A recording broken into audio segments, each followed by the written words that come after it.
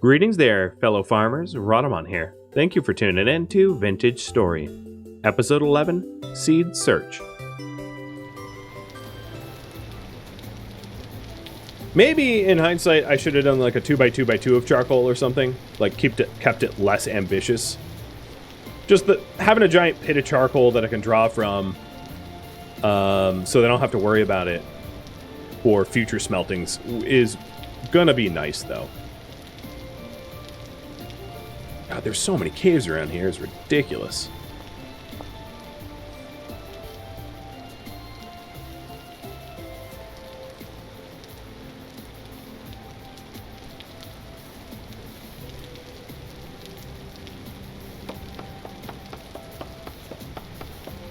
Oh, look at that weird landform. Whoops. Too busy staring at it. It's like a sea.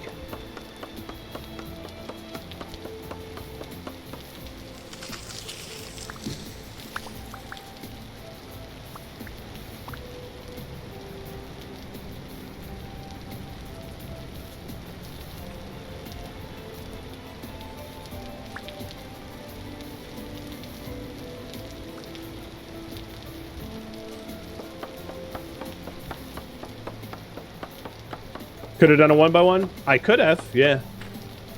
One could make the argument that, like, the smaller you go, the less efficient it is. There's definitely skill of economy with some things, like doing charcoal pit burns and mass producing a certain resource, like leather, for instance. Leatherworking would be a good example, where, like, when you want to make leather, you have to take a wooden barrel and fill it with lime or borax for a lime wash to then, you know, be able to scrape the nasty bits of off of your leather. And then you scrape the leather, and then you put the leather in weak tan and then strong tan it. And it's all very time consuming. So if you only make a tiny batch of it, you're tying up potentially 3 barrels of resources to make a tiny batch of leather. Whereas if you do it in bulk and just, like, do a huge batch of leather all at once, you know, you tied up a lot fewer of your barrels and everything else. So I'm just biting the bullet and making a giant batch of charcoal so that I'm not gonna need charcoal for, like, the next, like, 3 or 4 streams or something like that. Which I think will be nice. Man, that was a tiny oak tree. I want a refund. Ah, I broke my flint axe to the point where I started to use the copper one. Oh well.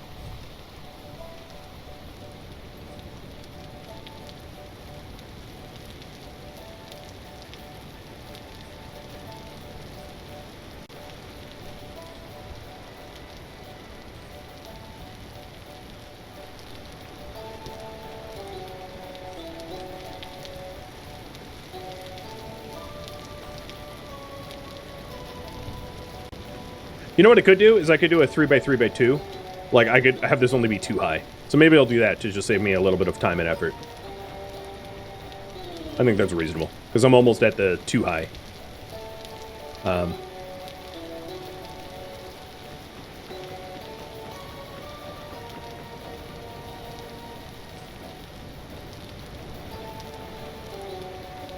gotta nap another axe head.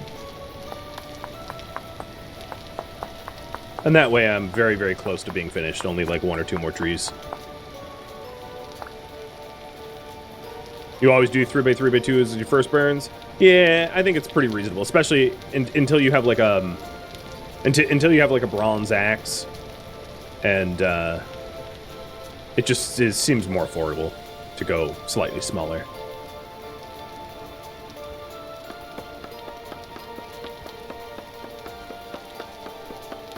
You once did a 5x5x4 with only flint? Oh my lord. Yeah, there's another constraint that, as a streamer, I am going to behave in a certain way that is more entertaining than, like, if you're to play this for yourself. Because, like, there's nothing really stopping you from, like, very slowly progressing through a lot of grind or to spend a lot of time to make things really pretty, or, you know, there's a lot of things that you could do in this game that, like, isn't necessarily fun to watch, but, like, it's fun to play. So sometimes I avoid those parts of the game that are very time-consuming, but, like, ultimately frivolous. Frivolous pursuits are often avoided, unless they're specifically voted upon, as they're just not compelling enough for the average viewer. So that's another thing to, like, consider. Okay, and no gaps, so make sure that that is all topped up. Oh, nope. Oh, okay, so there we go. That's all the firewood that we need for our burn. I just need to adjust the burn pile to account for the fact that we're doing fewer.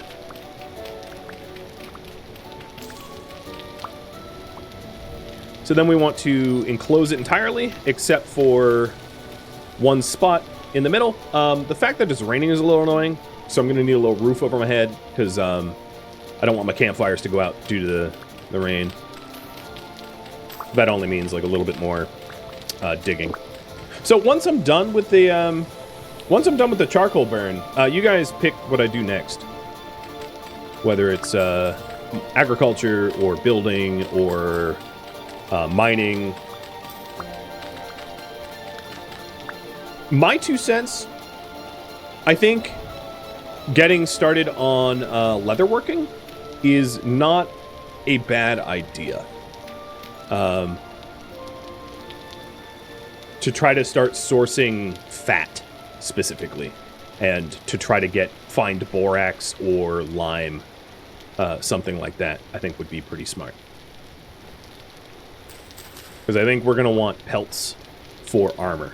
Basically, what is stopping me from going into the ruins and caves and getting a lot of resources is the fact that I don't have armor. So working towards armor, I think, would be smart. Let's burn this with peat.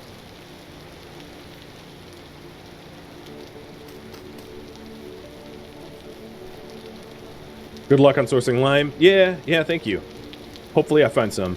Oh, this needs to be a firewood, doesn't it?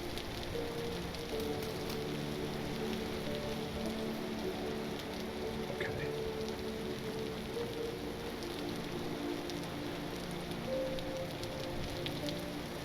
And then the other important thing is you need to cover it within 30 seconds of lighting the fire, or the burn fails. You won't get charcoal. So now that it's lit, cover it up. And you'll start to see charcoal sprites. So it's burning in there. And all of those stacks of wood will turn into charcoal once the burn is finished. So once I stop seeing the sprites of the burn, I know it's time to unearth it and retrieve my charcoal. Looks like more agriculture is desired. Okay. Find seeds and bees. I would like to start beekeeping too.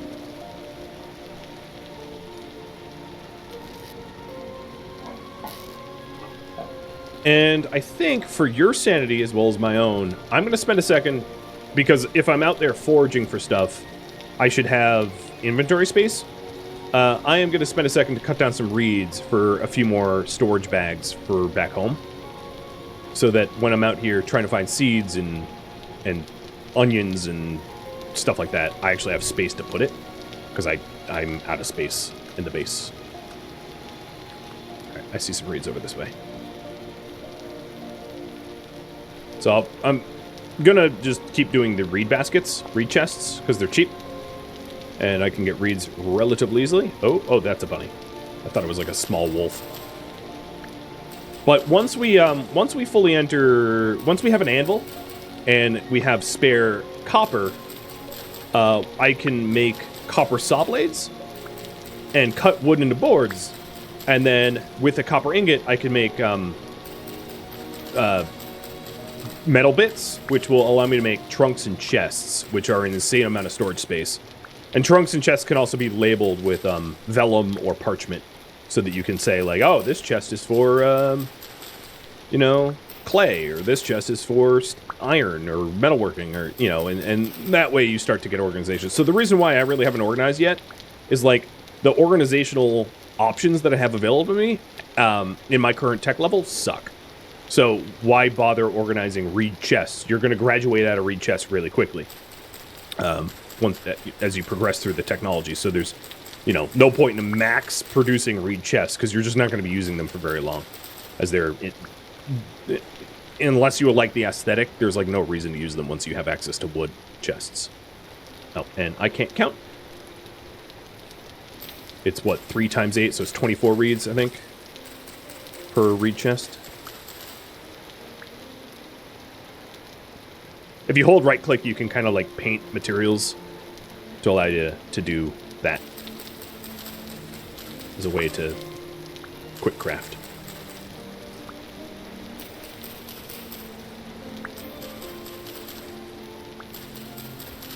I'll make one more reed chest, and that should free up a lot of inventory space, making organization not so ornery.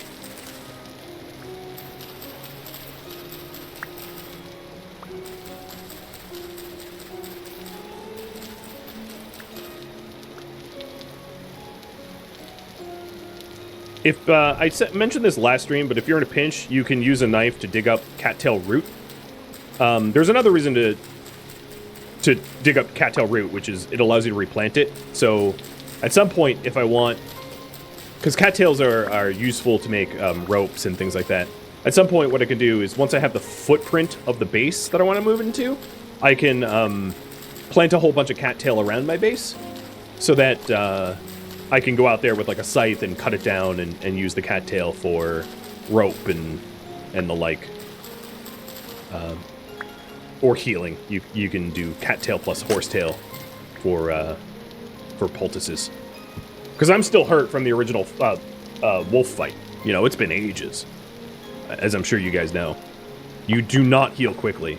So one way to heal is to mix cattails and horsetail, which is a flower, to make poultices for healing. But as long as I don't get another fight, I'm fine. I don't need to heal right now.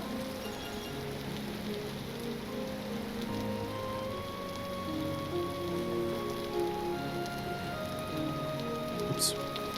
I'll do one more. So once this hits 24, I'm done.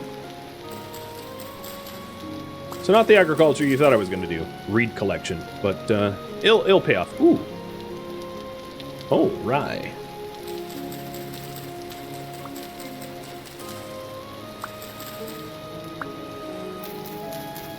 Yeah, one of the significant differences I've noticed, because I see in chat you're talking about the difference between this and Minecraft, is the world generation is pretty significantly different. Here, where there's climates, there's biomes, there's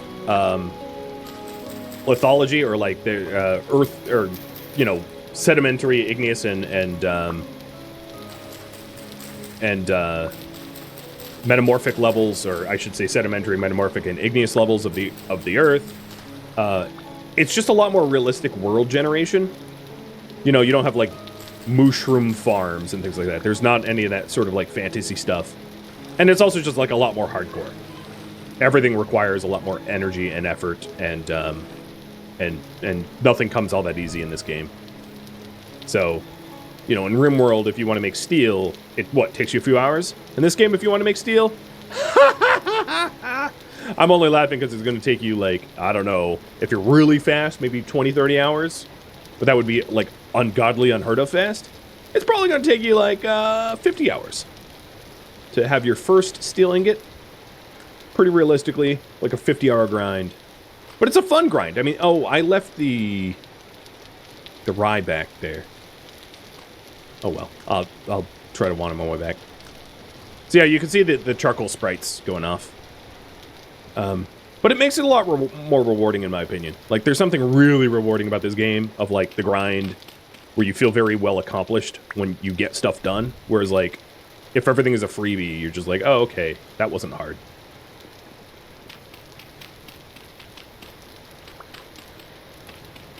Alright, let's make more shelving.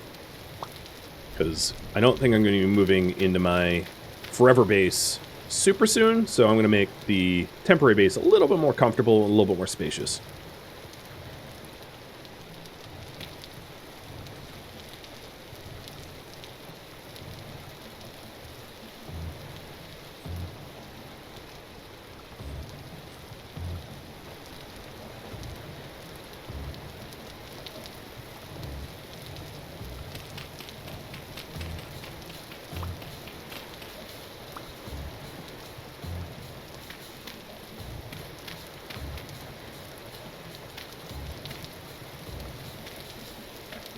Okay, there we go.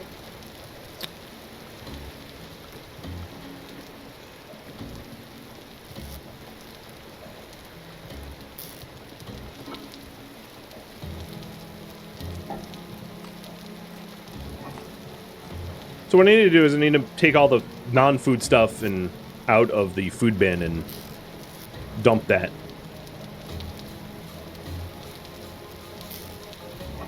So that this could be dedicated towards food, and then start. I don't think I'm actually going to sort anything. I'm just going to stuff everything away, because nothing is labeled.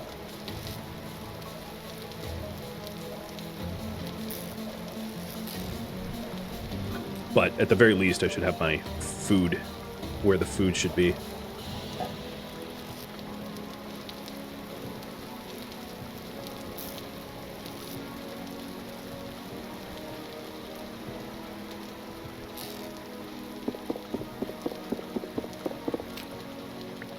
Background music get really soft? It's not just you. It's just that the volume is not normalized. So it's like there's some parts that are loud, some parts that are soft. There's some songs that are just a lot more loud than others. So yeah, you noticed something that I can't do much about.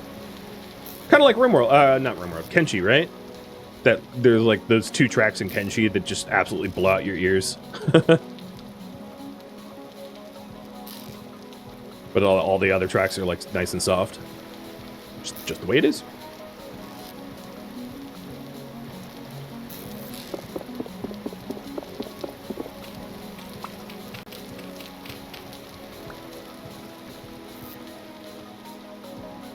All right, there we go.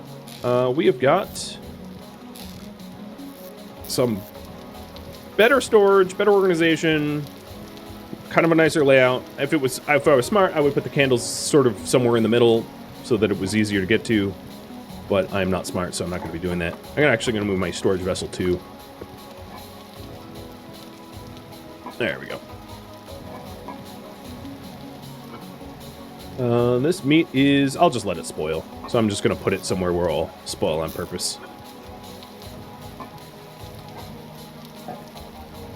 All right. Wait. What did you guys vote for? I forget. I put up the poll and then I didn't look at it and dismissed it. Or did I not put up the poll? I don't remember. Agriculture. Right. Okay. So, find seeds and bees. I wrote it above my head and then forgot. So now that I have all this space in my inventory, let's go find seeds and bees. Where's my sticks? So I like to, no matter where I'm going, I like to carry flint and sticks with me so I can make spare tools. I am hypothetically heading somewhere dangerous. But I think on this pass, man, it's been raining constantly. I am not going to go into the wolf-infested woods. I will head south. Because south also happens to be towards the equator.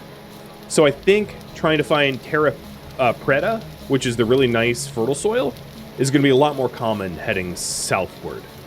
With that said, it would take me an hour to head south for the biomes to change because the world's really big.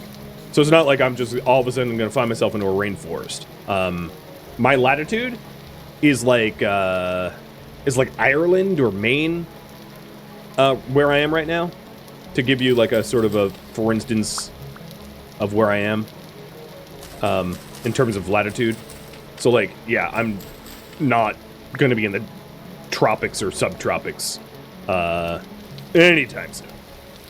And what I'm trying to do is I'm trying to collect seeds for the farm, because for feeding myself, for me not to starve to death in the winter, collecting food is good. So the reason the winter is so deadly is the animals that are all over the map will become a much lower body weight and a lot less reliable as a source of food as you start to get hungry. Where is my white dot? Where am I? Spacebar. Oh, it's because I already labeled it.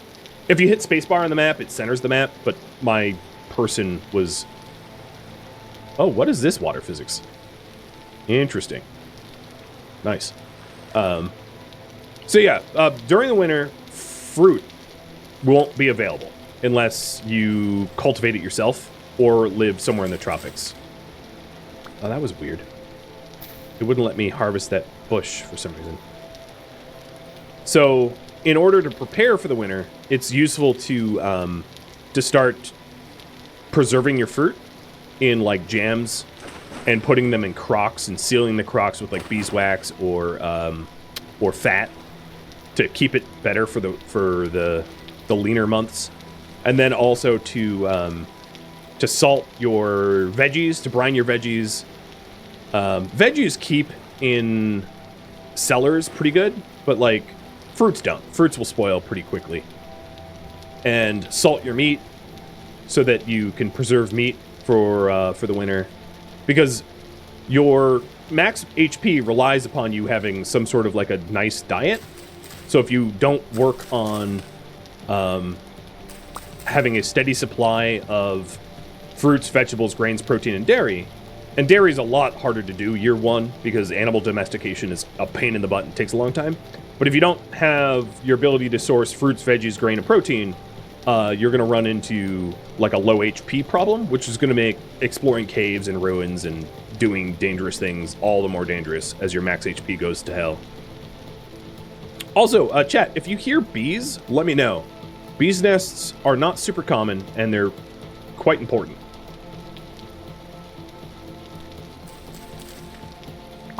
Ooh, spelt. I wanted spelt seeds.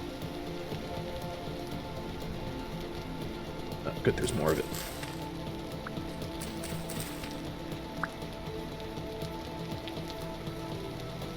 Beekeeping is a little complicated in this game as well. It's not super complicated, but you do need to build a skep and to have the bees swarm and move into your skep, and then like carefully move your skep to a field of flowers for the population of the bees to replenish. And then once they're replenished, anytime you harvest the skep for honey, it destroys the hive, so you need adjacent skeps so that you can properly beekeep. Because there's really no point in keeping bees if you only have one hive. Because every time you harvest that one hive, you no longer have bees. So beekeeping is one of those things like, it's not hard to do, but it does take some upfront investment. And then once you have an active hive going, it can keep itself rather well. Where once you have a giant field of flowers with some skeps, your bees will replenish their population pretty regularly, giving you honey. And honey could be, you can turn honey into mead, you can turn honey into jelly, and or jam rather, to preserve fruit. The honey that you make into mead can even be turned into medical alcohols for healing, or poultices, or... So there's a lot of uses for honey. And then the beeswax that you get off the honey is obviously used for candles, for lanterns, and candelabros, and things like that. So beekeeping is one of those things, like, it might not seem important, but it's actually relatively important for the longevity of a play. I missed a Yoda treat. I did, and sorry. Here, bud. Oh, there's a ram there. To give you the TLDR, because I don't know if or when I'm going to be considering animal domestication, just because it's a really, really lengthy thing to do in this game. The TLDR for animal domestication is that animals become more domesticated after each and every generation, but the generations, depending on the animals, take a very long time. Chromite. Chromite is not a metal that's, like, used much. So if I, like, tamed If I managed, well, I wouldn't even say tame, because it's not tame. If I punched that ram that's right there in the center of the screen and like ran it into a pen back at home and then started feeding it, it would breed with a ewe, and its offspring would be slightly more domesticated than it. And then that offspring, if it's female, its young will be slightly more domesticated than it is.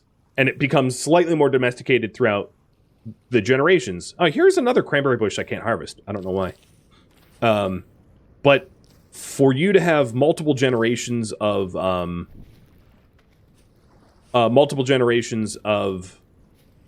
like goats, for instance, to produce milk and meat is going to take like dozens of in-game hours, like real life hours. So usually this ewe is low weight, ready to mate. There's 2 of them. Oh, and there's 2 little, there's 2 offspring. There's 2 little lamb. I'm not gonna, oh, and the ram. The ram is a damage tier 2. So if it rammed me, like 2 rams and I'm dead, or 2.5 rams and I'm dead, so it's this, I'm not hanging around there. It would smite me pretty quickly. Have I checked? Yeah, let's mark this one down too. So animal domestication is really useful in order to have milk, because milk is one of the necessary dietary requirements in the game. You know, it's one of the staples that you need. And then you can use milk to make cheese, different types of cheese, cheddar or blue cheese or cottage cheese. But it's just a lot of investment. It's just a lot of investment.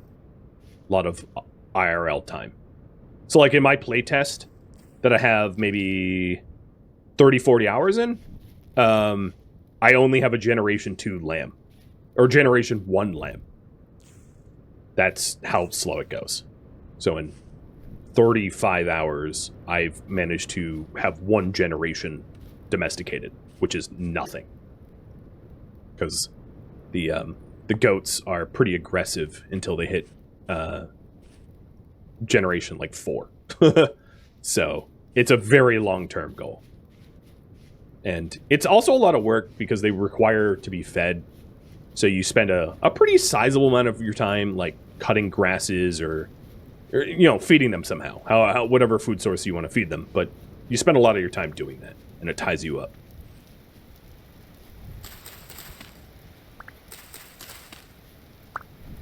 That was rye and spelt. Oh, that's more rye.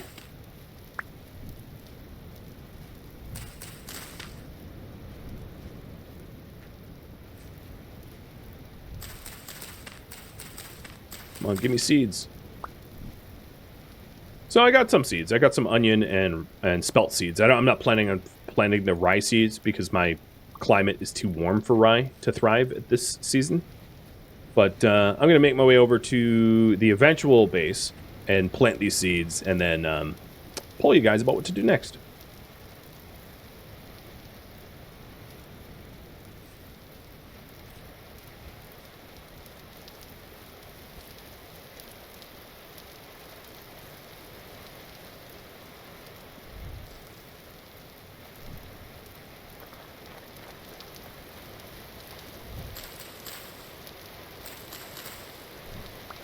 More flaxseed.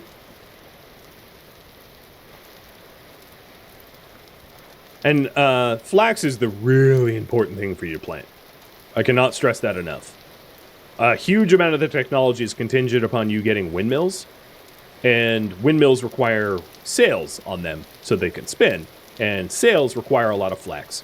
And then once, even when you get the flax for the windmills, bandages are made of flax, and clothing repairs is flax, and everything is flax. Flax, flax, flax.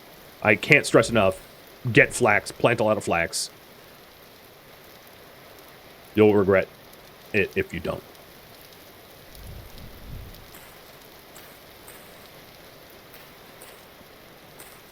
Nice. I have 8 spelt growing now. And 1, 2, 3, 4, 5, 6 flax. And 4 onions. And these onions are already level 2.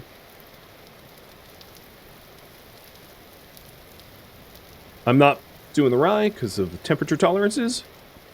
But yeah, nice. And I have some rye grain and spelt grain if I want to make oatmeal, or porridge, rather.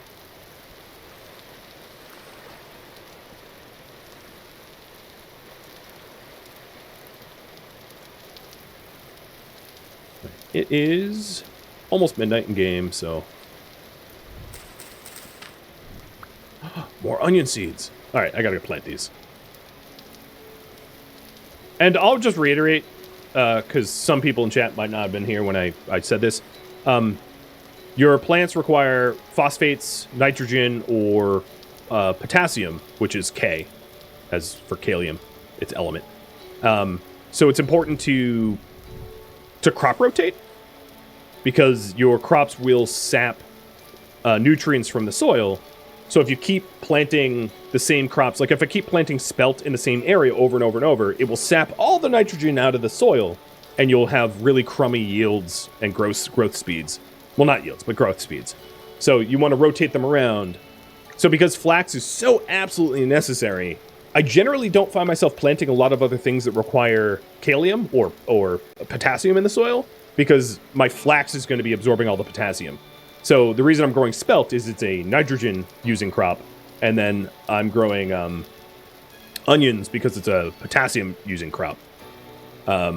So turnips and rye, for instance, are also good crops to grow, but they're colder weather crops. So as the seasons go on, I'll start planting things like turnips and rye, because rye uses nitrogen and turnips uses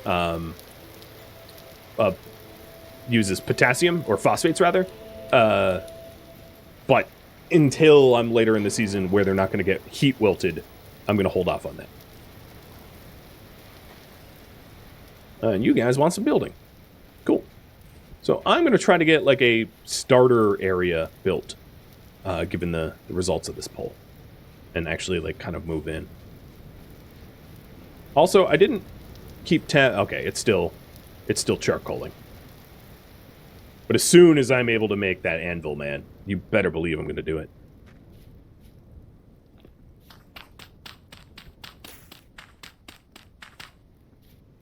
Can you rotate animals? Your animals just like... Animals have different diets, so you don't really need to rotate animals the way you need crops. Like, you feed them whatever you have to feed, and they don't really care. This is the TLDR. So, like, goats, for instance, will eat dry grass. So, you know, if I was to try to feed my animals, I would generally just like feed them dry grass because it's easy to get, or feed them raw flax or something like that as a sort of a set and forget. Oh, what am I doing? I'm trying to cook. So we'll do a spelt porridge with cranberry, or maybe spelt porridge with no, never mind. I was going to see if I have enough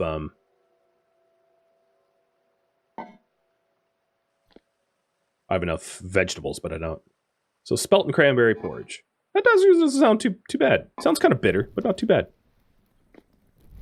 And did I bring my... All my wood is out there, isn't it? Or all my peat. At this point, I have enough storage inside that I could just bring my peat inside.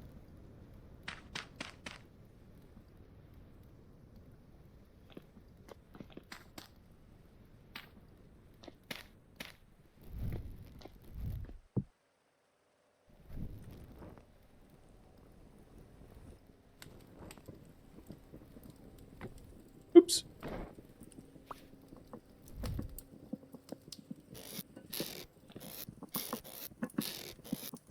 So here's the turnips. They require nitrogen. Rye requires nitrogen. Oh, here's the other rye seeds.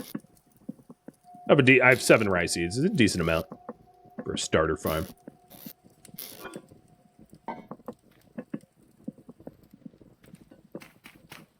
Okay. Good night. I'll wake up to some nice porridge.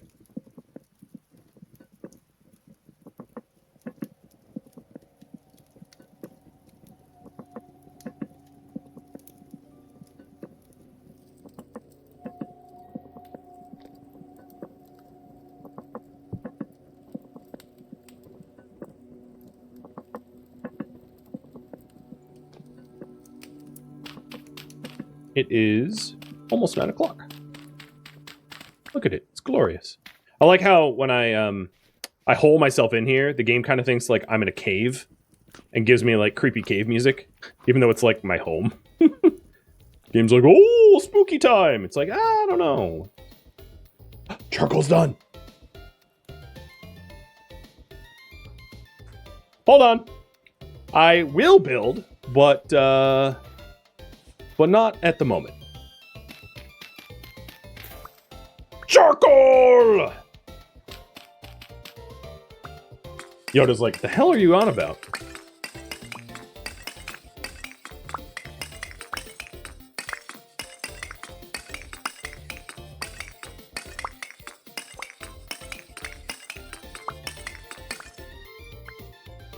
Uh-oh.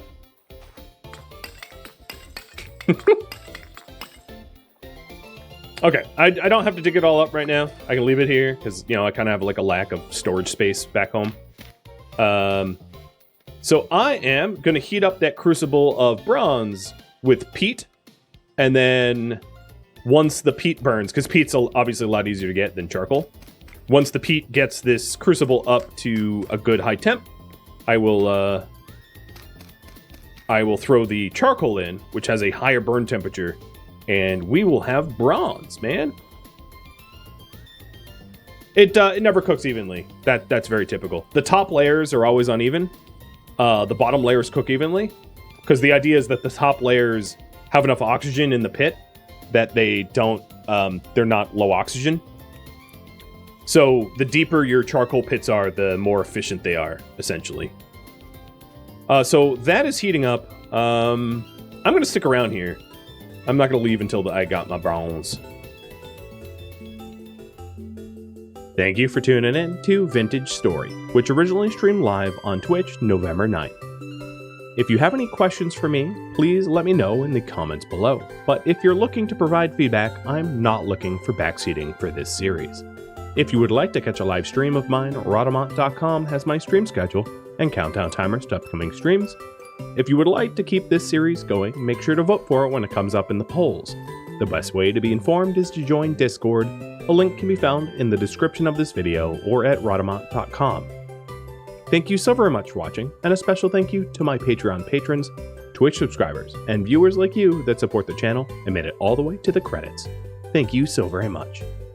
I hope to catch you next episode or an upcoming stream. Farewell.